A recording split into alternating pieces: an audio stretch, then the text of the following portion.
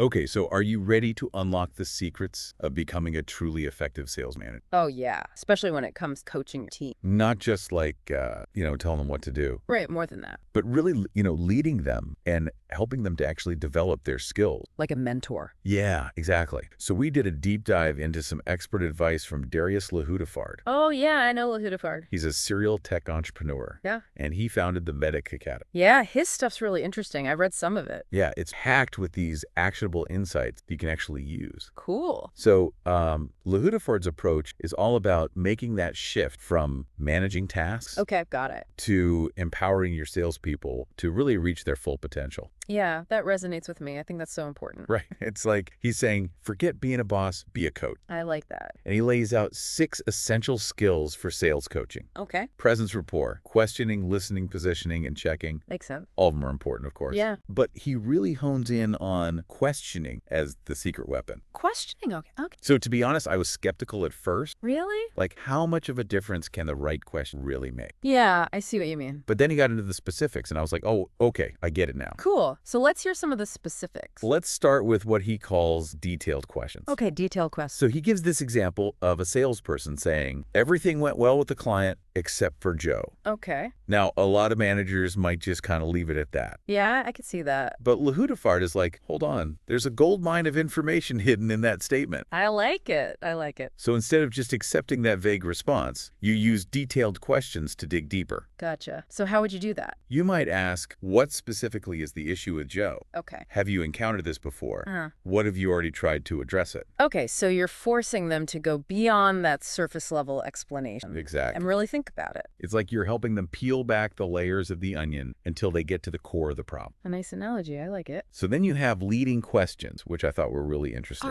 Leading questions. So he uses the example of a rejected proposal. Okay, commentary. Instead of just asking, what happened? You could say, what did you think of the overall quality of our proposal? Oh, that's a good question. Or, how did our proposal stack up against the competition's? Oh, right, because now you're guiding them towards self-assessment Exactly. without, directly criticizing them. And I think that's crucial because no one wants to feel like they're being attacked or blamed. Of course. It's about creating a safe space for them to learn and grow. Absolutely, I agree. Now, this is where it gets interesting. Neutral questions. Neutral questions. Okay, I haven't heard this one before. Yeah, I didn't even realize they were a thing until I listened to Lahudifard. Oh, okay. He's all about avoiding putting people on the defensive, Right. which I think we've all experienced at some point in our careers. Yeah, unfortunately. So he contrasts this leading question. Don't you think your silence on the call hurt how the client sees our team? Oof, that's a tough one. With a more neutral one, like, how do you feel about your participation on the call? Oh, that's so much better. It's subtle, Hmm. but the difference in tone and phrasing is huge. Right. The first one immediately puts the salesperson on the defensive. Totally. Like you're already accusing them of doing something wrong. Right. But the second one, it invites them to reflect on their own experience without feeling judged, Exactly. It's all about creating that open and honest dialogue. which is essential for good coaching. Absolutely. And then we have open-ended questions, Okay, open-ended. which Lahudifard says are all about encouraging deeper thinking and problem solving. Makes sense. So instead of giving specific directions, you ask questions like, what do you think we can do to improve our approach with this customer? Got it. Or how can we make sure we're addressing their needs more effectively? So you're basically saying, I trust you to come up with the solution? Exactly. And that can be incredibly empowering for salespeople. Absolutely. Okay, now get ready for this Yeah. because this is one of the most surprising and insightful techniques he talks about. I'm intrigued. Lay it on me. He calls it the power of repetition. Repetition. Now that's interesting. Now you might be thinking, wait, asking the same question multiple times, isn't that just going to annoy my team? Yeah, that was my first thought too. It seems so counterintuitive, but he explains it with this great anecdote about how he used this technique himself. Okay, I'm all ears. So he was coaching another manager and he kept asking, is this challenging enough for you? Okay. The first few times the manager said yes, but after like the 4th time the truth came out, What happened? he was actually bored out of his mind. Wow. So even experienced managers can have these blind spots. Exactly. And sometimes it takes that repeated questioning to really get to the truth. It's like you're gently nudging them to confront those uncomfortable truths truths that they might be avoiding. Yeah, that makes So we've talked about these different questioning techniques, Right. but let's be real. Not every salesperson is going to be thrilled about being coached. Oh, absolutely. Some people are resistant to any kind of, Right, some might even actively resist it. for sure. Lehudefard addresses this in a section called Handling Resistance. Okay, handling resistance. And I found his approach really helpful. He gives this classic example of a salesperson saying, "Well, my contact says no, there's nothing I can do." Oh, yeah, we've all heard that one. And it can be so frustrating. Absolutely. But instead of getting into an argument or trying to force your perspective on them, What does he do? Lehudefard says use question to dissect the objection. Oh, interesting. So is it about coaching itself, or is it specific to the obstacle they're identifying? Okay. So you might ask, help me understand why you feel there's nothing you can do when your contact says no. Okay. Or Okay. what have you tried in the past when you've encountered this situation? So you're shifting the conversation from defensiveness to exploration. Right. And I think it also demonstrates that you're genuinely listening to them and trying to understand their perspective. Yeah, which is so important. Okay, let's move on to feedback, which Lehudefard has a really interesting way of framing. Okay. Feedback. He calls it a gift, not a weapon.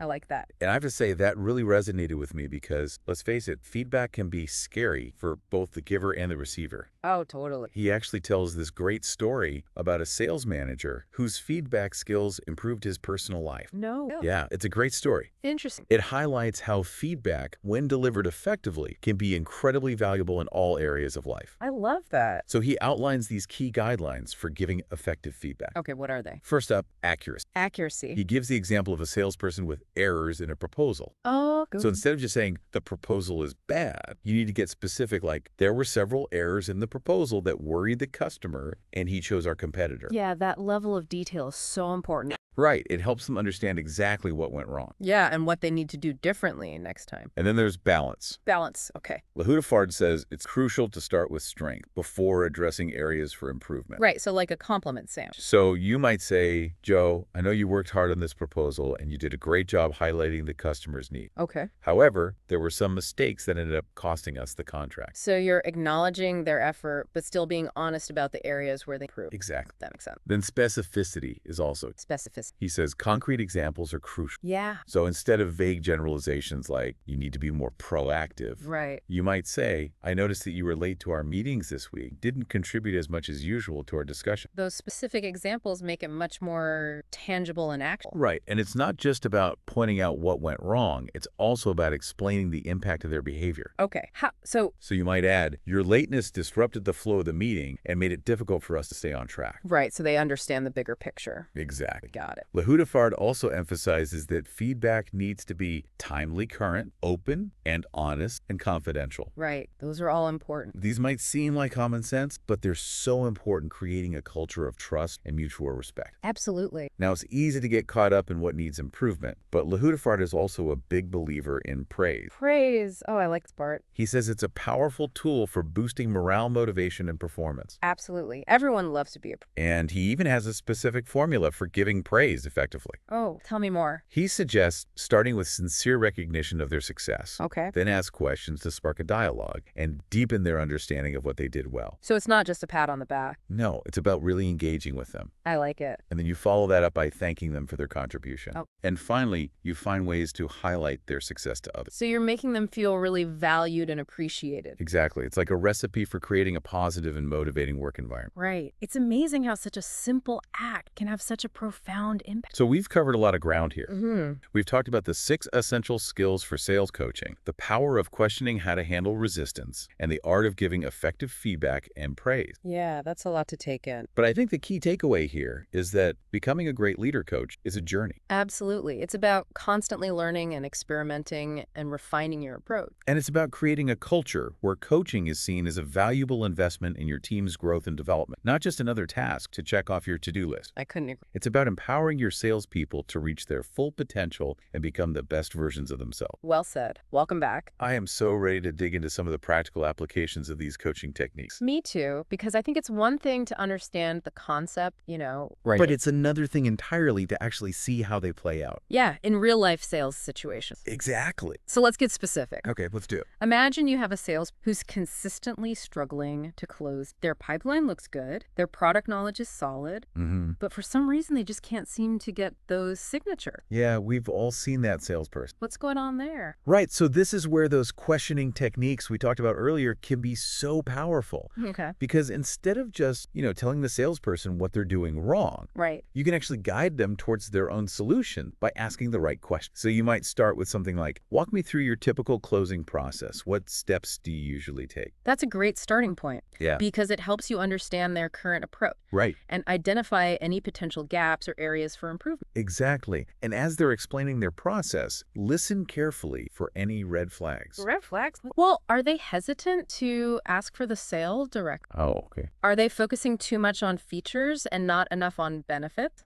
Are they failing to address the customer's objections effectively? Got it. These are all things to... And once you've identified some potential areas of concern, Yeah. then you can start using those detailed questions to dig deeper. Okay, how would you... You might ask, tell me about the last time you lost a deal. Yeah. What do you think happened there? Okay. Or when you're asking for the sale, what kind of language you typically use? Oh, interesting, because those questions can be really illuminating. They can? Because they help you understand the salesperson's mindset Right. and their approach to closing. And sometimes the problem isn't even a lack of skills or knowledge. Right. It's a deeper rooted issue, like a fear of rejection or a lack of confidence. Yeah, totally. And Lahudifard actually shares this story about a salesperson who was struggling to close deals. And through careful questioning, he discovered that the salesperson was terrified of asking for sale. Wow. They were so focused on building relationships and providing value that they were afraid to actually take that final step. Like they were stuck in that friend zone with their prospects. Exactly. Always hesitant to make that move to something more. And once that underlying fear was identified, Yeah. Lahudifard was able to coach the salesperson on how to overcome their anxiety and confidently ask for the sale. And I bet their closing rates skyrocketed. Oh, yeah, it did. It's amazing how addressing that one mental block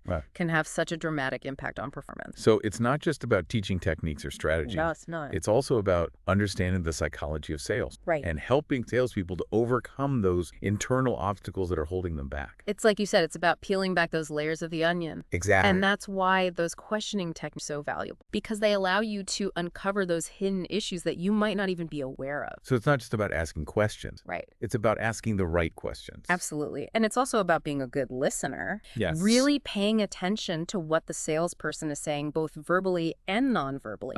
You might pick up on subtle cues that reveal their underlying anxieties or... It's like being a detective looking for those clues Yeah. that can help you crack the case. Exactly. So let's talk about creating a coaching plan. Okay, a coaching plan. It's not just about having these random conversations here and there. Right. It's about having a structured approach to develop. Yeah, I think that's crucial. So what are your thoughts on that? It's like having a roadmap for success. Okay, I like that. Lahudifard recommends setting clear goals, identifying specific areas for improvement, and creating a timeline for progress. So you're making it very intentional. Exactly. It doesn't have to be super formal. Right. But having that framework in place ensures that your coaching is focused and intentional. And it's important to make sure that the coaching plan is tailored to the individual salesperson. Yes. Their strengths, their weaknesses, and their goals. A one-size-fits-all approach simply won't work. Absolutely. Each salesperson is unique, and their coaching plan should reflect that. Right. Some might need more help with closing techniques, while others might need more support with time managed process. It's all about figuring out what each individual needs to succeed. Exactly. And I think it's also crucial to schedule regular check-ins. Check-ins, okay. To track progress, provide feedback, and make adjustments to the plan as needed. So it's an ongoing process. Right. It's not a one-time event. I'm curious, what are some of the biggest challenges you've seen sales managers face when it comes to coaching? Oh, there are definitely challenges. Because I think it's important to acknowledge that this isn't always easy. It's not. It can be incredibly rewarding, but it also comes with its own set of obstacles. Like what? Well, one of the most common challenges is simply finding the time for it. Oh yeah, time is always an issue. Sales managers are often so busy with their own tasks and responsibilities Right. that they struggle to prioritize coaching. It's like the classic cobra's children have no shoes situation. Exactly. Yeah. They're so focused on helping their team that they neglect their own development as coaches. And another challenge is that some sales managers just might lack the skills or the confidence to coach effectively. Oh, yeah. Yeah, that's one. They might be great at selling themselves, but they struggle to transfer that knowledge and expertise to others. It's like the difference between being a player and being a coach. Right. They require different skill sets, and some people just aren't naturally gifted in that area.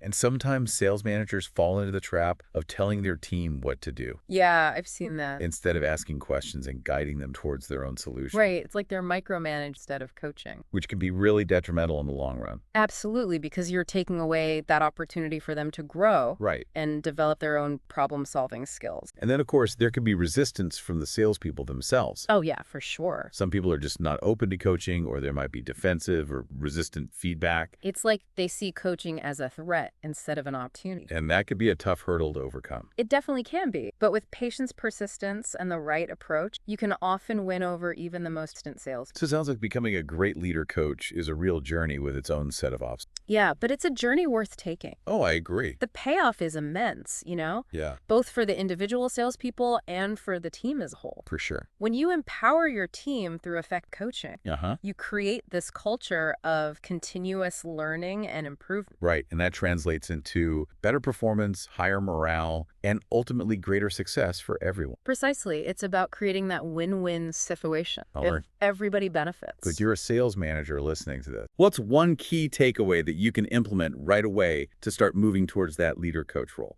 That's a great question. What would be your advice? I'd say start by really paying attention to the types of questions you're asking your... The questions. Okay. Yeah. Are they open-ended questions that encourage critical thinking? Okay. Are you using detailed questions to uncover hidden obstacles? Yeah. Are you avoiding those leading questions that put people on the defensive? It's like upgrading your questioning toolkit to have the right tool for every situation. Exactly. And remember, practice makes perfect. Right. The more you use these questioning techniques, the more natural and effective they will become. So you've got Lahudafard's playbook. Now go out there and be the leader coach your team needs. And here's something interesting to consider. Okay. Principles we've discussed today, Yeah. they aren't limited to sales. That's true. These coaching techniques and principles can be applied in any leadership context. Oh, for sure. Whether you're managing a team of engineers, marketers, or even leading a family. It's about empowering people to reach their full potential, regardless of their role or industry. Exactly. So as you go about your day, I encourage you to think about how you can apply these principles in your own interactions. That's great advice. How can you use questioning to empower those around you? Right. How can you give feedback in a way that is constructive and motivating? Food for thought indeed. And that brings us to the end of our deep dive into becoming a more effective leader coach. But before we go, I want to leave you with one final thought to ponder. Okay, I'm listening. Lahudafard focuses primarily on the B2B sales world. But what if we apply these coaching techniques to other areas of life? How interesting. How might they impact our relationships with family, friends, or even ourselves? Now, that's an intriguing question. Thanks for diving in with us. And remember, great leadership starts with great coaching.